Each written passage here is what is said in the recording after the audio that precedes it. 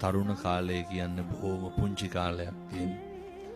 ඔය කාලේ ඔය ගංජා ගහලා සිගරට් අරක්කු බීලා පෙති ගහලා ඉස් ගහලා මොකක් කර වුණාම කවුද ඉන්නේ?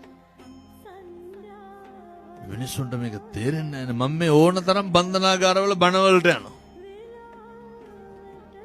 පොලිස් ඕවයිසි මහත්තුරු කියන හාමුදුරුවනේ හැමදාම අපදෙන්න දෙන්නේ කවුද? එක්ක අම්මා නැත්තම් තාත්තා නැත්තම් බිරිඳ ඔච්චරයි. එනකොට අහුවෙලා තියෙන්නේ යාළුවොත් එක්ක ඉන්නකොට. එක්ක අම්මා එක්ක තාත්තා එක්ක බිරිඳ.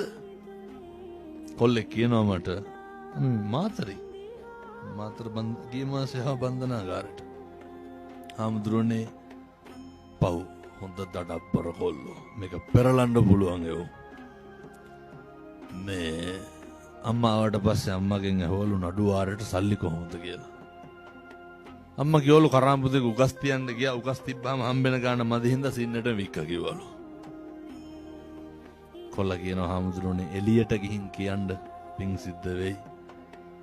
තරුණයන්ට කියන්නලු අම්මා තාත්තා එක්ක බත් ටිකක් කාලා ගෙදර බුදිය ගන්න තියෙන වෙලාව එක එක එක්ක ගිහිල්ලා නැති වෙන්න එපාලු. අම්මා තාත්තා එක්ක බත් ටිකක් කාලා ගෙදර බුදිය ගන්න තියෙන වෙලාව මොකද අන්තිමේට මොකක් කරුණාම මොකෙක්වත් නැහැලු. කවුරුවත් නැහැ ඔය ඉන්න කවුරුවත් නැහැ පින්නතුනේ. මේක තේරෙන්නේ නැහැ. වලස් මුල්ලේ කොල්ලට අවුරුදු 19 දැන් අවුරුදු 6ක් 7ක් ඇති. පළකට නැග්ග කොල්ලෝ බියර් බෝතල් වයක් අරගෙන බීලා බහිනකොට අන්තිමේට බැස්සේ අපේ පොඩි හාමුදුරු කෙනෙක්ගේ මල්ලි කෙනෙක්. කොල්ලා වැටුණා, සුසුම්නාව කැඩුණා, ඩැමේජ් වුණා. අදත් ගෙදර යනකොට අම්මා තමයි රෝද පුටුවේ තියාගෙන මුත්‍රා පටේ ගහගෙන තල්ලු දාන්නේ. තාත්තා කියනවා කොල්ලා දිහා බලලා හාමුදුරුවනේ එදා හිටපෙවුන් සේර මත බැඳලා දරුවෝ හදලා උන් රස්සා කරනවලු. මගේ එකා විතරක් රෝද පුටුවේ මුත්‍රා බට ගහගෙන ඉන්නවලු. අර ගුණා හිතුවනම් ඊට කලින්